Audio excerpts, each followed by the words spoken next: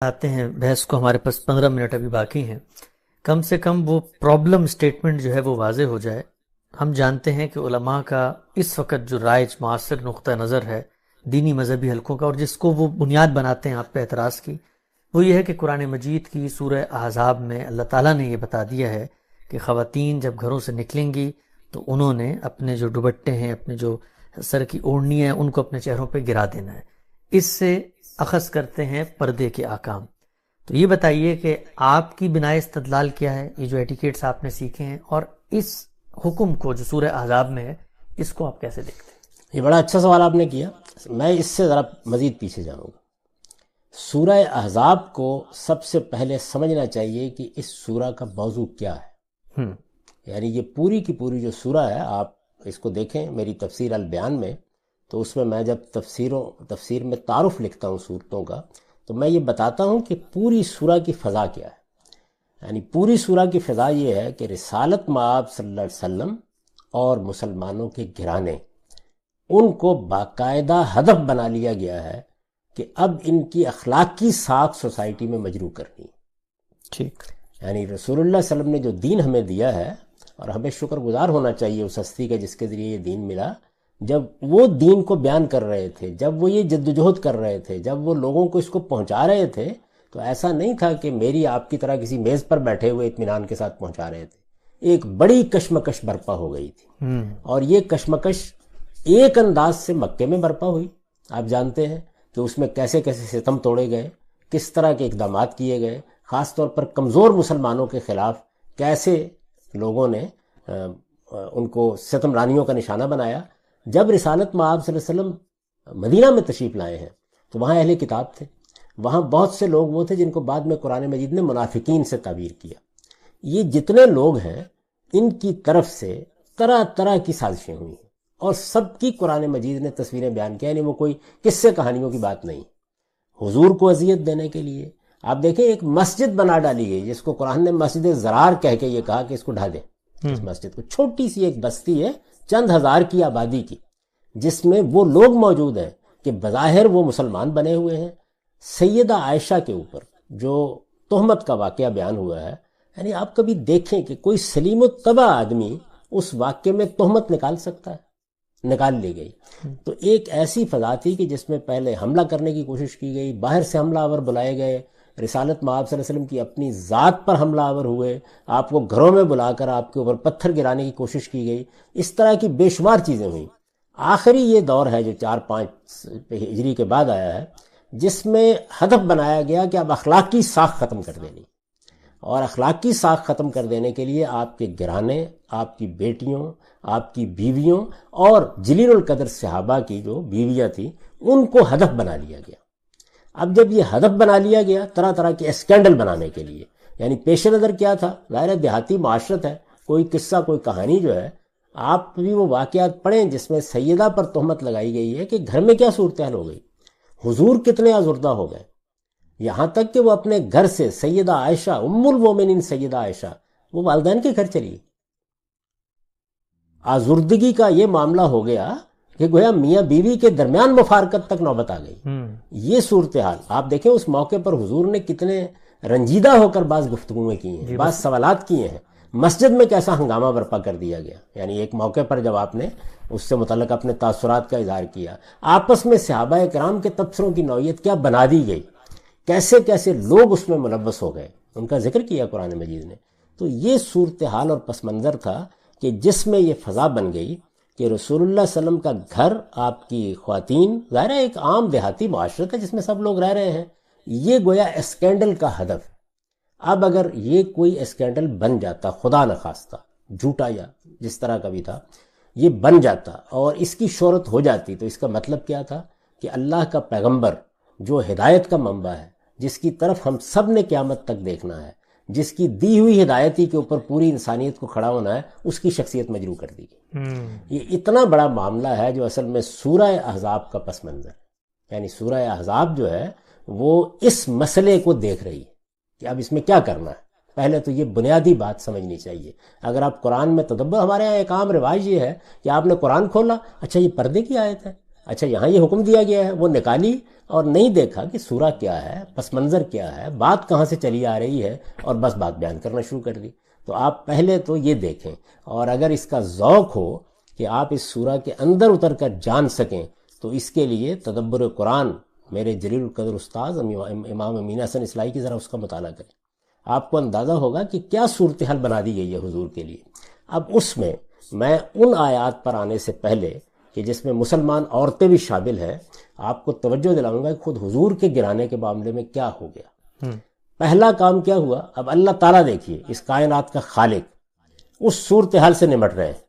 ویسے تو کوئی مشکل کام نہیں، عذاب نازل ہو جاتا، لیکن وہ پیش نظر نہیں ہے، تو اس صورتحال سے نمٹنا ہے۔ اس سے نمٹنے کے لیے آپ سے یہ کہا گیا کہ آپ اپنی بیویوں سے کہیں کہ وہ انتخاب کر لیں ایک بار پھر، اگر وہ آزادانہ زندگی بسر کرنا چاہتی ہیں تو کریں، اس لیے کہ مہمات اسی طرح کی عورتوں کے ذریعے سے چلائی جا رہی تھی، یعنی اس طرح کے پیغامات ہوتے تھے، کہیں موقع مل گیا بات کرنے کا کہ آپ تو شہزادی ہیں، آپ کی تو بڑی حیثیت ہے، یہ آپ کو کن حالات میں رکھا ہوا ہے انہوں نے، آپ اگر یہاں نہ ہوتی تو معلوم نہیں کون کون تھے کہ جو آپ کے ساتھ شادی کرنے کے لیے تیار ہوتے۔ اس طرح کی فضا بنائی جا رہی ہے، تو اس میں یہ کہا گیا کہ آپ اپنی ازواج کو، ازواج مطہرات کو یہ تخیر اس کو کہا جاتا ہے، چوائس دے دیں کہ وہ اگر آپ کو چھوڑ کے جانا چاہتی ہیں تو چلیے، کوئی ان کے اوپر مسئلہ نہیں ہوگا، یعنی ہم آپ کے لیے دوسرے بندوبست کر دیں گے۔ اب یہ کیا چیز تھی، یعنی مقصد یہ تھا کہ اس موقع پر ازواج مطہرات جس کردار کا مظاہرہ کریں گی اس کے لحاظ سے یہ فتنہ دم توڑ دے گا، حوصلے پست ہو جائیں گے۔ جیسے سیدنا ابراہیم کو ایک امتحان سے گزارا گیا تو ازواج مطہرات کو بھی اس امتحان سے گزارا گیا، اور اس امتحان سے یہ آسان معاملہ نہیں تھا، یعنی ترغیبات کی ایک دنیا باہر موجود ہے۔ رسالت مآب صلی اللہ علیہ وسلم میں جیسے کہ پھر قرآن مجید کی اس آیت کے تحت روایات سے معلوم ہوتا ہے کہ جا کے اپنی ازواج سے بات کی تو انہوں نے کہا کہ نہیں، ہمیں تو ایک لمحے کے لیے بھی نہیں سوچنا، ہم بہت سوچ سمجھ کے آپ کے ساتھ ہیں اور آپ ہی کے ساتھ رہیں گے۔ تو انہوں نے انتخاب کر لیا، جب انتخاب کر لیا یعنی پہلے چوائس دیا گیا، آپ عام عورتوں کی زندگی بسر کرنا چاہتی ہیں تو آپ چلی جائیں،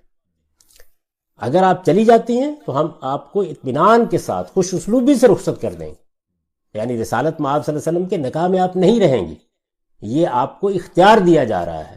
پہلے یہ بات کہی گئی، جس وقت انہوں نے یہ انتخاب کر لیا تو پھر انہیں کہا گیا کہ اب ہم آپ کو بعض خصوصی احکام دے رہے ہیں تاکہ یہ جو اسکینڈل بنانے والے لوگ ہیں ان کا خاتمہ کیا جا سکے۔ وہ خصوصی احکام دینے سے پہلے یہ بتایا کہ لستن کاحد من النساء،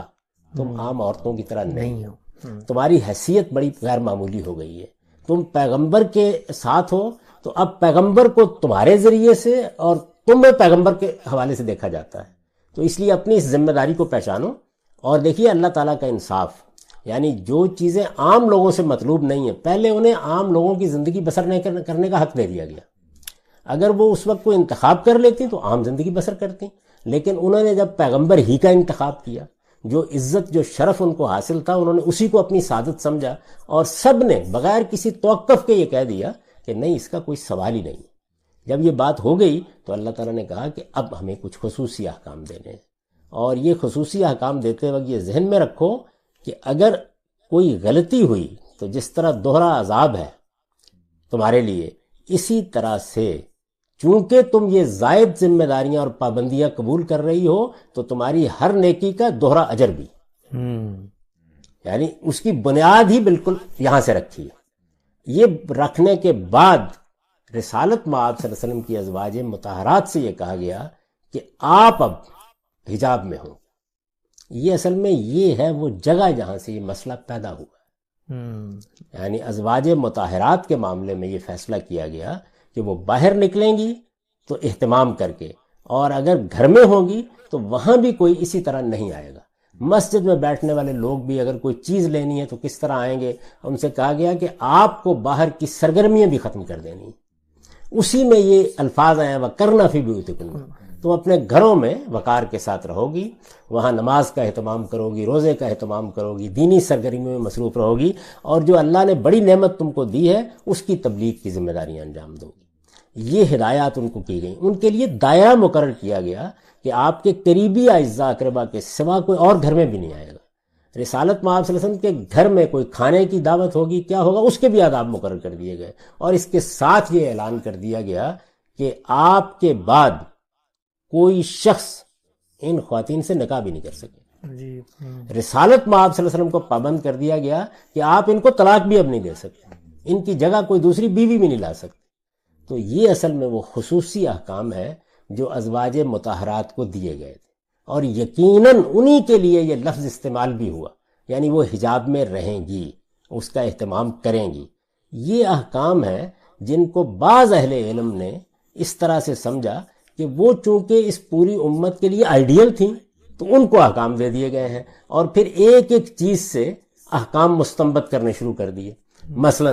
آپ دیکھیے کہ ازواج مطہرات سے یہ کہا گیا کہ عام حالات میں تو ہر آدمی جب آپ کے گھر آتا ہے یا باہر سے بات کرتا ہے تو اس سے نرمی سے، شفقت سے بات کرنی چاہیے، آپ تو مائیں ہیں اور آپ کی یہی حیثیت ہے۔ لیکن یہ منافقین چونکہ اسکینڈل بنا رہے ہیں، تو اگر کسی وقت کوئی بات کرے تو ایسا لب و لہجہ رکھیے کہ جس کے نتیجے میں کسی کے اندر اگر طمع موجود ہے تو اس کو ہوش آ جائے۔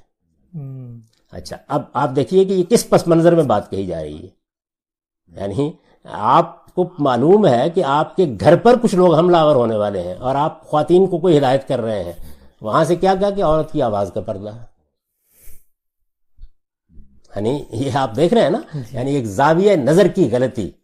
پورے پس منظر کو جو سورہ سے بالکل واضح ہے، آیت آیت سے واضح ہے، جس کے اندر اللہ تعالیٰ نے ایک ایک اسٹیپ کو واضح کیا ہے۔ یعنی پہلے موقع دیا کہ وہ جا کے عام عورتوں کی زندگی بسر کریں، پھر یہاں سے بات شروع کی کہ لستن کاہدم من النساء، تم عام عورتوں کی طرح نہیں ہو، پھر بتایا کہ تمہارے لیے اب اجر بھی دوہرا ہوگا، غلطی کرو گی تو سزا بھی دوہری ہوگی۔ یہ سب کچھ کہنے کے بعد یہ ہدایات دی گئی۔ اچھا، اسی طرح جب یہ کہا گیا کہ وہ کرنا فی بیوتکن، تو کیا کہا جا رہا ہے کہ عام عورتوں نے باہر نکلنا ہے، گھروں سے باہر جا کے کوئی کام کرنے ہیں، کھیتوں میں جانا ہے، انہوں نے جا کے جانور چرانے ہیں، جو اس وقت کی معاشرت ہے۔ تم لوگوں کو اب یہ سب کام میں بالکل نہیں جانا، کسی چیز تمہیں گھروں میں وقار کے ساتھ رہنا ہے تاکہ اس اسکینڈل کا مقابلہ کیا جا سکے۔ اب اس سے لوگوں نے کیا استنباط کیا کہ عورت کا دائرہ عمل اس کا گھر، چار دیواری کے اندر رہنا ہے۔ ذرا حالے کہ اگر آپ اس زمانے کی پھر دیکھیں کہ جب یہ احکام نازل ہوئے ہیں ازواج مطہرات کے لیے، تو اس کا باقاعدہ اہتمام کیا گیا کہ کہیں دوسری عورتیں اس سے مشابہت نہ اختیار کر لیں، اس لیے کہ اس سے پھر التباس کا خطرہ تھا۔